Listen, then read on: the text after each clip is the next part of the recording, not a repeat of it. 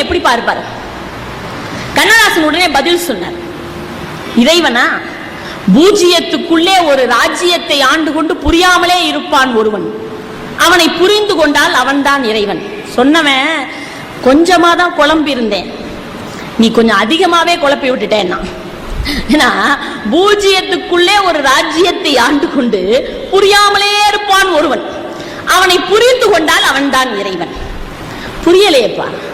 தென்னையில நீருக்குள்ளே தேங்கி உள்ள ஓட்டுக்குள்ளே தேங்காயை போல் இருப்பான் ஒருவன், அவனை தெரிந்து கொண்டால் அவன்தான் இறைவன். வெள்ளருவிக்குள்ளிருந்து மேலிருந்து கீழ் விழுந்து உள்ளுயிரை சுத்தம் செய்வான் ஒருவன், அவனை உணர்ந்து கொண்டால் அவன்தான் இறைவன்.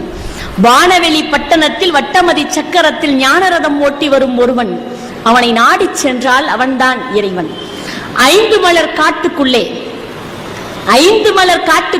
ஆசை மலர் பூத்திருந்தால் நெஞ்ச மலர் நீக்கிவிடும்